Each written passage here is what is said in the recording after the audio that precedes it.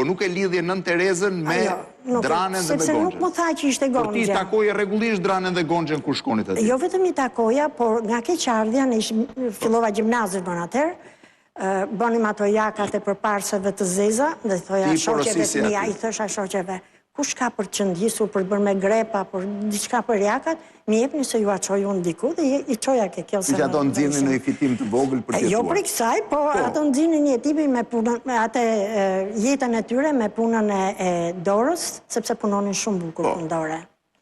Kaluan vite, kaluan gati 2 dekada e gjysëm, ata ndruan shtëpinë, ne su lidhem me ta, filluan shkollat e larta, punë të tjera.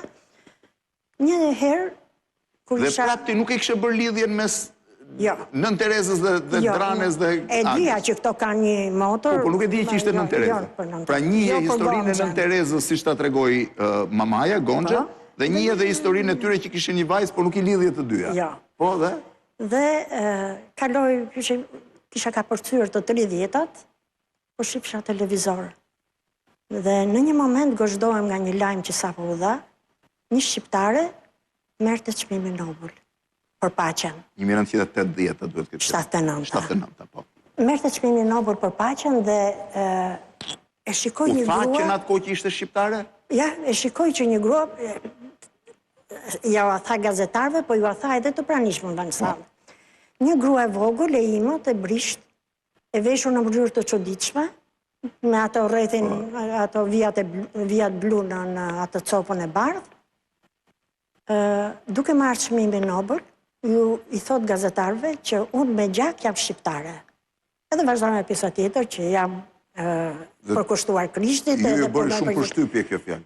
Jo vetëm ajo bëri përshtypje të gjithë sallës që ishin aty, që ishin personalitetet të nderuara që kishin ardhur për të shohur. Po, por edhe bashkëdhëtarëve të vet, asnjë nuk e vendonte që një grua kaq e vogël e panjohur të mbjelli paqen dhe të marrë çmimin e paqes. Dhe po shikoja me një çudi të madhe, thashë si ka mundësi, po si... Dhe fillova të kontrolloj në stacionet tona tash. Ndërkohë vjen mamaja. Edhe më thot, Lili thotë, di kush është kjo? Kjo thotë është vajza e nënës Drane, thotë, Gonxha. Kjo ishte habia e dytë, edhe që ishte... Shqiptare, dhe që ishte Gonxha. Dhe që ishte Gonxha. Gonxha që kështë dëgjuar që e vogël, po. Dhe i them, po si ka mundësi, si mundet, ishte pata një lloj krenarie, pata një lloj kënaqësie, një lloj çudie. Pra ti lidhe një kujtim të fëmirisë me gruan, që në atë moment ishte grua më e famshme e globit. Dhe si ka mundësi, thashon që pasaj po duk shumë e dhimbshme që në këtë kulm, kaq të në këtë atmosferë kaq kulmore, por Nën Terezën vetë, po dhe për ne shqiptarët, censura ishte plot, dhe ishte vërtet shumë e dhimbshme. Një pyetje, familja juaj, e kishe njohur familjen para se të vinte në Tiranë të Nën Terezës? Babai im ka qenë shumë mik me Avnizajmin, me profesorin Avnizajmin. Dhe ata kanë qenë edhe miq, kanë qenë dhe patriotë të dy, kosovar të dy. Kështu që lidhja ka qenë shumë e ngushtë. Dhe duhet kemi biseduar për këtë familje në momentin që i ndodhi kjo nënës Drane, me fjalë që i vdiqi shoqi. Aty u fol jo pak për mënyrën se si e kanë helmuar, u fol jo pak sepse e kanë helmuar, dhe dija pastaj nga babai në bisedat që bënte me miqtë e tij. Po jo në një, tash nuk kisha... Jo në një detaj shumë i madh. Po se si ishte interes për mua tash në atë kohë ajo. Sonja Berisha, nga viti po më fal. Por, ndërkohë që jepeshe ky lajm në televizor, më kujtoheshe që në ambiente shumë të ngushta, mos u dëgjoheshe prap jashtë. Po, gjithmonë në zona ure. Në familje, fliteshe për një grua, e cila shqiptare, e cila ndihmonte të varfrit jashtë. Kaq ishte, edhe e thëna ishte shumë e thatë, dhe shumë e pa, domethënë, gati e pa vlerë. Por duhet ta kuptoje që nuk duheshe thënë as ajo. Që një grua shqiptare, to ishin para viteve 79. Në 79 e mori çmimin Nobel. Në Shqipëri lajmi u hap gjithsesi, sepse televizioni italian e dha në ato nivelet underground, gjithmonë nën toksore, pra jo publikisht se nuk mund thuaj se ndëshkoheshe.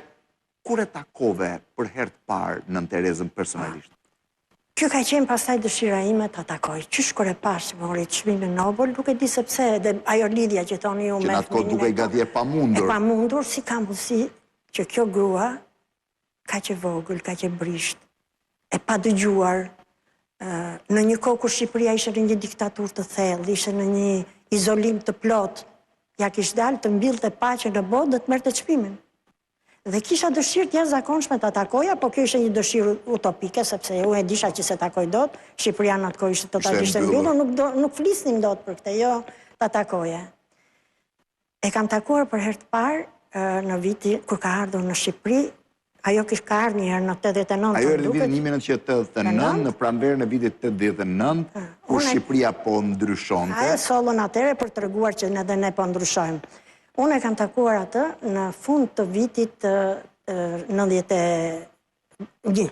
91, ishte prak Krishtlindjesh, ishte prak Krishtlindjesh edhe na thonë që Nën Tereza, Saliu në atë kohë ishte kryetari i Partisë Demokratike, kryetari i opozitës. I opozitës, na thonë që keni një ftesë nga Nën Tereza, sapo kishte hapur shtëpinë e motrave të Nën Terezës në rrugën Budi, në aty në rrugën e Elbasanit. Po, gjitur me shpinë e Gramos Pashkës.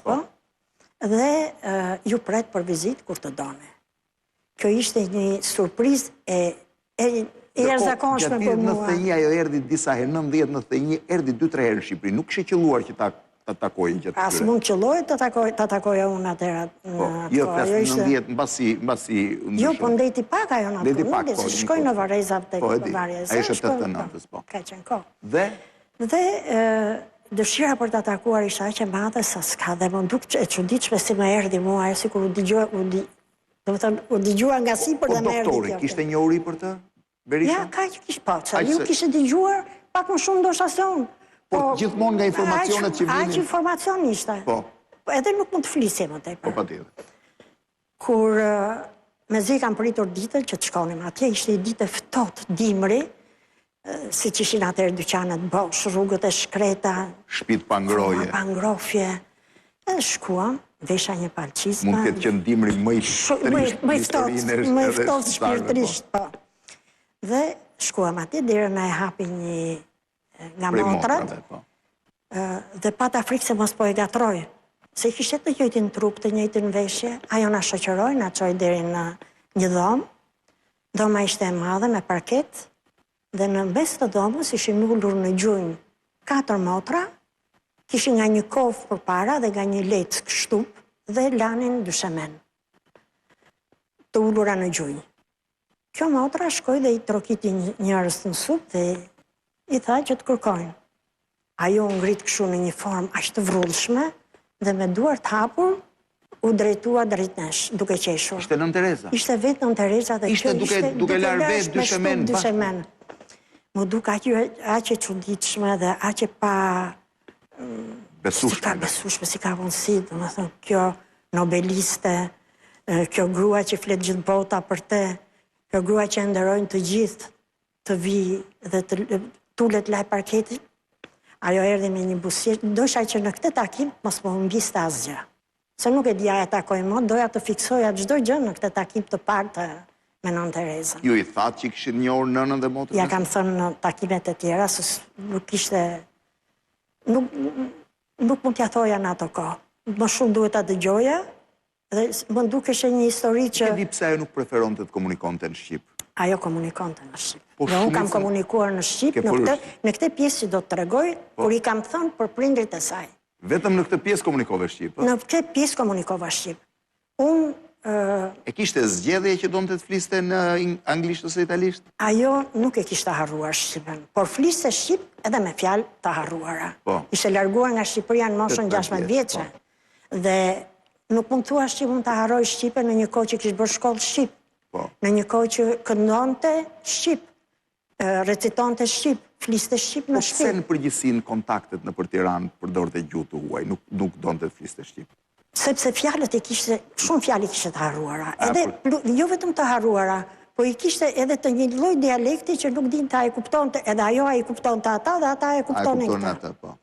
Dhe në një moment, në këtë takimin e parë, ajo erdi me një vrudh, me një fuqi kështu, për ta përqafuar dhe na thot që jo një herë, po disa herë që jam gëzuar shumë që më kene ardhur për vizit. Syt i kishte shumë të butë edhe të qeshur. Kishte një të folur shumë të ëmbël, por në momentet veçanta, ajo e folur ishte aq e fort, aq imponuese, sa nuk korespondonte me atë folurën e parë, si që tha dikujt diçka për të rregulluar, dhe e folura ishte shumë imponuese. Do të thënë, dukeshe që ishte një grua e fortë, edhe pse dukeshe kaq e vogël. Edhe vetes time këtë i thash kur e pash në fillim, si ka mundësi gjithë kjo famë, gjithë kjo forcë, ku e gjen kjo gjithë kjo forcë, për të urdhëruar gjithë ta njerëz të bëjnë si thot kjo, për të ndihmuar gjithë ta njerëz me këtë trup kaq të vogël.